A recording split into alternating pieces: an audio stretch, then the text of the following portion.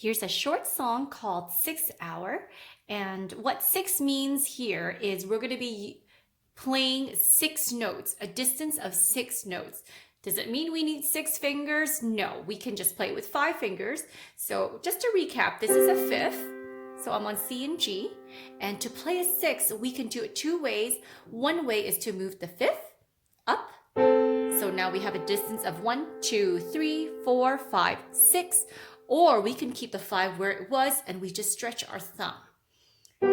Like that. 1, 2, 3, 4, 5, 6. That's also a 6.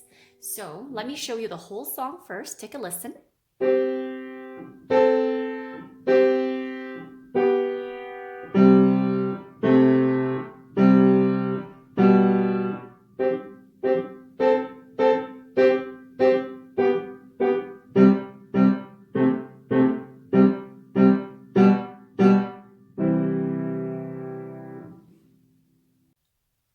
So let's break this down, starting with the right hand.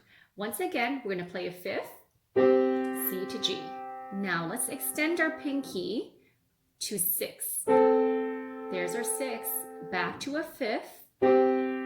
Extend your thumb, stretch it over to B. There's our 6.